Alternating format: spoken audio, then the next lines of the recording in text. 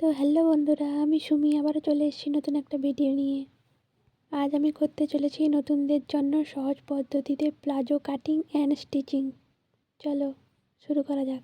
ভিডিওটা শেষ পর্যন্ত দেখতে থাকো, দিলেই বুঝতে পারবে। প্রথমে সোজা করে একটা লাইন টেনে দিতে হবে, তারপর 2 ইঞ্চিতে দাগ দিয়ে দিতে হবে কোমর বেল্টের জন্য। তারপর হাইট জন্য যতটা লম্বা তার 1/3 করে একটা দাগ দিয়ে দিতে হবে। এখানে সোজা দাগ দিয়ে দেবে হাইয়ের জন্য। তারপরে কোমরের মাপটা যতটা আছে তার 1/4 করে তার সঙ্গে 2-3 যোগ করতে হবে। তারপর এখানে মাপটা নিয়ে নিতে হবে। এবারে কনের মাপটা নিতে হবে।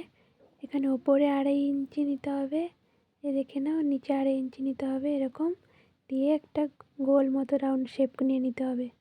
যেরকম নেওয়া আছে দেখে নাও, এরকমই নিয়ে নিতে হবে।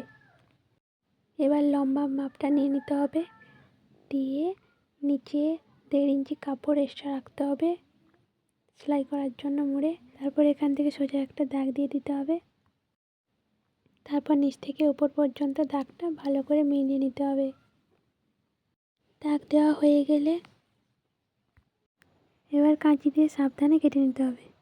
দেখো আমাদের কাটা হয়ে গেছে, আমার পুরোটা কাটা হয়ে গেছে। এবার এটা মেশিনে সেলাই করে নিতে হবে।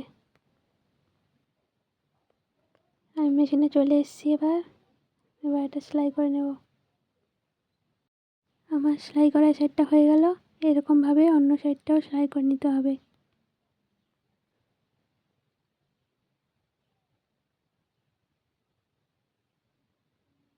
নিচটা আমার সেলাই করা হয়ে গেছে, এবার অন্য সাইডটাও সেরকমভাবে করে নিতে হবে।